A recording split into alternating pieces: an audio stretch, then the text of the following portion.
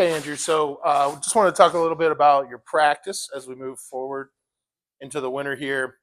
Um, got a couple things. So one of the things that we found is one of your biggest frustrations is struggling with good ground contact or your angle of approach into the golf ball. Sometimes it gets a little shallow, catch the turf behind the ball. That happens for a couple reasons. One, we've got two things set up for you to use.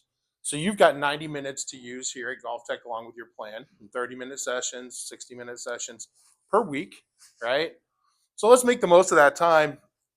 It's a pretty good amount of time to have for the average golfer. You know what I mean? You got other things going on in your life.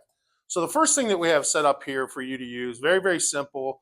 It's soft. It won't hurt anything or you or anybody break any clubs. Is a pool noodle behind the golf ball. Looks like we've got about a foot there. So our whole goal here would be just not hit the pool noodle. Okay. You don't even need a golf ball for this. You could set up a tee and just practice making sure you're hitting there. Okay. The other thing you could use here would be a towel, especially at first as you're working to get it because it's a little flatter. So it's just a good visual indicator. And then the other piece I want to talk about is over here with the Golf Tech technology and OptiMotion. We know that at the top, or excuse me, at impact here, your sways, which has a huge influence on being able to make good solid contact, tend to be a little too far away from the target, especially with the shoulders here.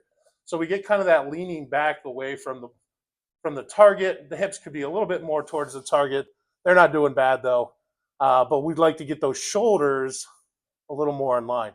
So as you're using the OptiMotion technology in your practice, be sure to be checking that at the impact area there at P7. Any questions for me? What would be a good target for shoulder sway at the impact point?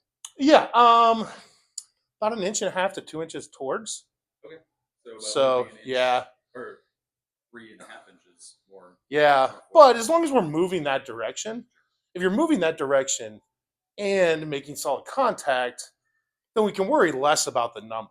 Sure. It's more about the pattern of movement there. Okay. Okay.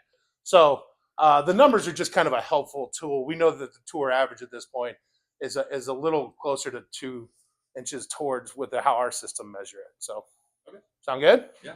Cool, man. Let me know how it goes. We'll keep tracking it, and we'll be ready for next year.